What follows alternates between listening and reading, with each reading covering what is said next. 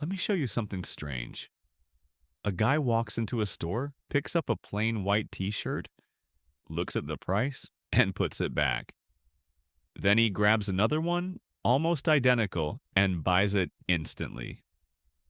The only difference? This one costs 50 times more.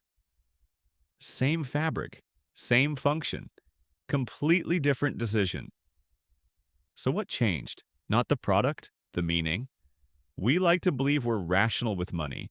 We compare prices, we look for value, we make smart decisions. At least that's what we tell ourselves. But if that were true, luxury brands wouldn't exist. Because here's the uncomfortable truth: the more expensive something is, the more people want it. Not despite the price, because of it. Think about that for a second. If higher prices increase demand, then what are we actually buying? It's not the product, it's the signal. A signal that says, I am successful, I belong, I'm ahead. And once you realize this, you start seeing it everywhere. Take watches, for example. A cheap watch tells time, an expensive watch tells the exact same time. There's no functional difference, but one costs as much as a car. Why?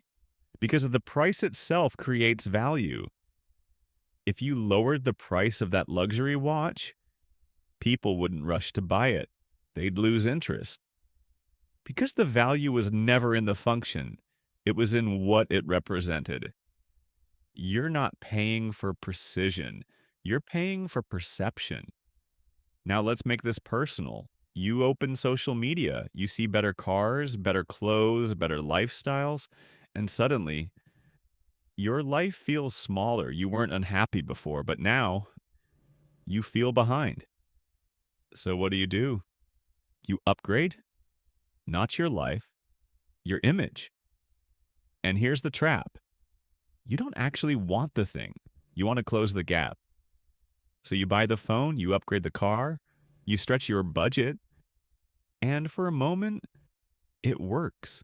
You feel ahead again, but it doesn't last because the gap always comes back. And this is where it becomes dangerous because every status purchase has a hidden cost, not just money, opportunity. Every dollar you spend is a dollar that doesn't grow. That phone upgrade could have been invested. That designer item could have compounded. Instead, it loses value fast. So the real question is this: how much is your image costing your future? This behavior isn't random, it's deeply human. For thousands of years, status meant survival. Higher status meant more resources, more safety, more opportunity. Your brain is still wired that way. It still pushes you to signal, I'm doing well. I'm part of the group. I'm winning. But today, you don't need status to survive, yet you're still paying for it. And modern systems understand this perfectly. Brands don't just sell products, they create desire. They use scarcity, limited releases, waiting lists, exclusive access. They make you feel lucky just for being allowed to spend money. That's not shopping, that's design. So, how do you break out of this? You don't win the game, you step out of it. First, you become aware. Before you buy anything, pause and ask yourself one question: who am I trying to impress? Not, do I need this? But why do I want it? Second, you redefine status. Because real status isn't visible, it's control. Control over your time, control over your money, control over your life. The person with freedom is always ahead of the person with appearance. Third, you delay your decisions. Because most impulses are temporary. What feels urgent now won't feel the same in a few days, so wait. Give yourself space, let the emotion fade, and then decide. And finally, you build real wealth, quietly. Instead of signaling success, You create it. You invest. You save. You stay disciplined. You stay boring because boring wins.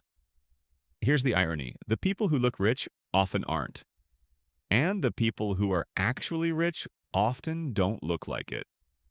So let's simplify everything. You're not buying products, you're buying signals. Price can increase desire, social pressure drives spending, and chasing status destroys wealth. Real wealth is invisible. It's not what you show, it's what you keep. If this made you see money differently, make sure you subscribe. And I want you to be honest for a second. What's one expensive thing you bought? Not because you needed it, but because of how it made you look.